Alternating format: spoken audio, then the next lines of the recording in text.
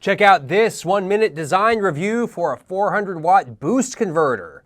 You know what? Screw it. We're gonna make this a 2-minute design review. Now this is a nice compact design for a high power boost converter. You've got lots of capacitance all over this place, and you even have your parameterization almost perfect. I do see a lot of 0 ohm resistors placed around the design. It looks like these are for testing or reconfigurability.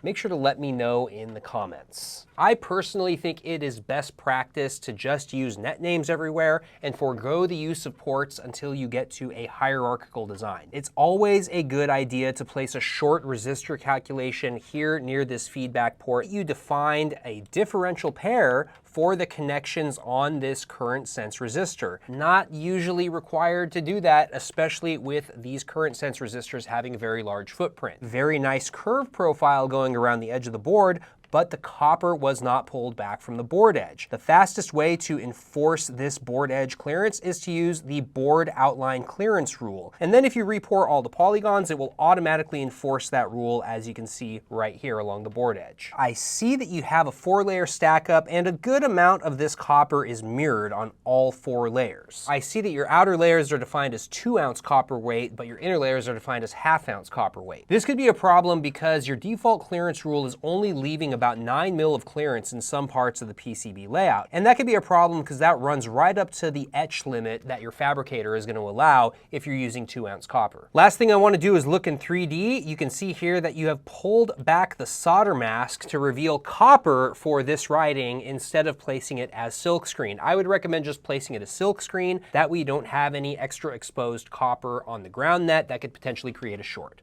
Want to have your design reviewed on the channel? Find me on LinkedIn and send me your design files or your manufacturing files.